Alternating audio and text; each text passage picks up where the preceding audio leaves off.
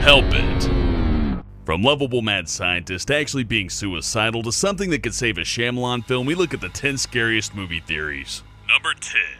Harry Potter and the child abuse fantasy. Well, this one isn't very pleasant. Everyone's favorite boy wizard is actually not a wizard at all. He's just a kid going insane under the stairs. At least that's what this theory states, with those believing it saying, oh no, Harry just invented the whole magic world to deal with his psychotic guardians. Basically saying that because all of Harry's injuries are broken arms and gray skin, it must be evidence of the child abuse he's suffering while entering his delusional fantasy. Though really, it's not hard to see how this one came about. I mean, what's more realistic, an owl delivering his mail or getting beaten senseless by his uncle every night? You decide. Number 9.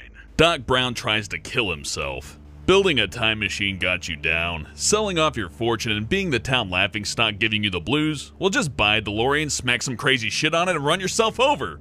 Wait, what?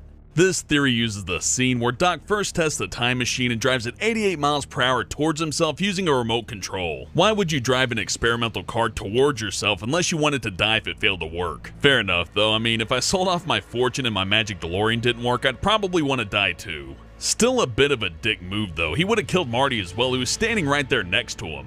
Maybe that was his plan. Number 8. Skynet planned everything.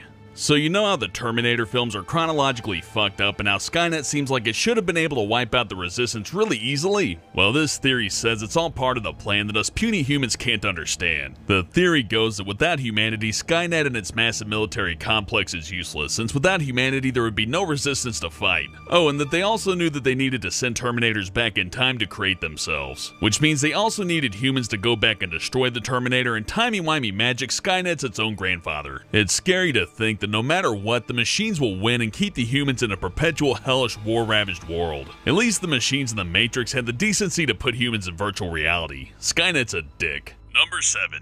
Toy Story 3 is actually about the Holocaust.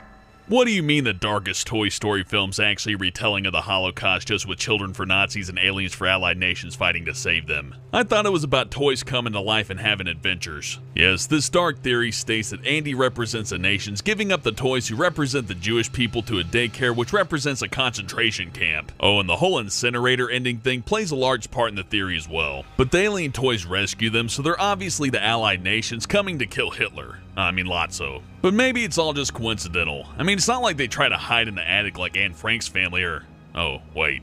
So in summary, aliens are the United States, Woody is Jewish and wears a star, and a pink fuzzy bear is a genocidal maniac and a mustache enthusiast. Number 6. The Shining is Kubrick's confession.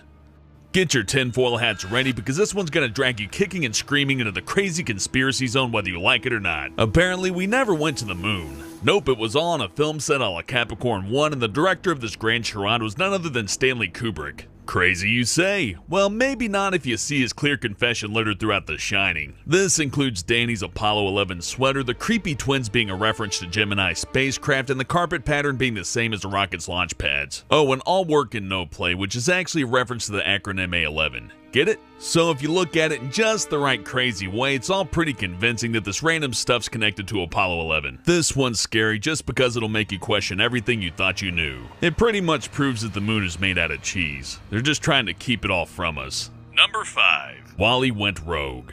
How could that little garbage robot possibly be scary? Look at his cute little eyes and the way that he collects junk. What's the worst he could have possibly done? How about murdered all the other Wall-E units to protect his junk collection? How's that sound? That's right, this theory believes that Wall-E's defective and that's why he saved some items instead of crushing them. And as to why he's the only unit left working, he murdered the others because they wanted to destroy his trash pile. I mean, geez man, is your hoarding habit worth almost dooming the earth? Do you really need that styrofoam cup? Who's gonna drink out of it when we're all dead? Just Wall-E, drinking our tears of unfathomable sadness. Imagine a prequel where Wall-E is stalking and killing other units just so he can finish his vintage Star Wars figure collection. Then again, hundreds of years of sorting through people's used condoms and unsold Jar Jar Binks Pez dispensers would drive anyone to murder. Number 4. The aliens and signs are really demons. What? A theory that makes a Shyamalan film better? That can't be possible. Nothing can make that twist make sense. But screw it, let's hear it. So if you've seen Signs, you know the whole aliens invading a planet that's 2/3 water when their main weakness is water is absolutely ridiculous for an advanced species who have mastered intergalactic travel. Well, what if they're actually demons from hell? It makes some sense with the spiritual overtones throughout the film, and it would have perhaps been a better twist than the one we got. Maybe they just hate holy water and Mel blessed all those glasses. Makes sense, right? Plus, demons are way more frightening than aliens who can't work out how to not invade a planet full of acid. But it does raise a question over why the demons decided to use crop circles and why none of them were pentagrams. Number 3. Willy Wonka and the Child Murder Factory. I wager you thought about this at least once, since Wonka took those kids on the boat ride from hell and all the child negligence in general. But if you haven't, let me paint you a picture. Wonka's actually a bloodthirsty serial killer using the factory tour as a smokescreen to get his rocks off by murdering children in his death traps. Think about it, there isn't a single safety sign in the whole damn factory. In fact, I doubt the Oompa Loompas are even licensed by the state. Then again, most of the kids had it coming for being morons. And what's gonna happen to Charlie? Maybe Wonka will train him in his murderous ways instead of killing him in a future factory accident. Either way, that's a sequel I want to see. And I don't want to eat any chocolate handled by those Oompa Loompa motherfuckers, they look gross. In fact, I'll hatch a theory right now. I think the Oompa Loompas are the result of a massive factory accident. You know, the kind that didn't kill everybody. Number 2. Childs is a thing.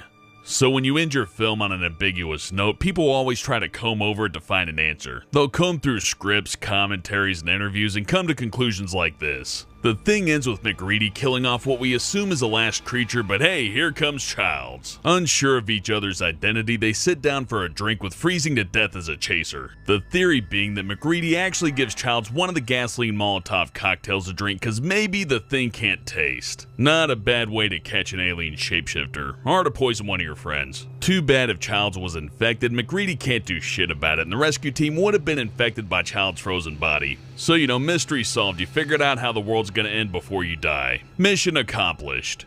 Number 1. Totaro's the god of death.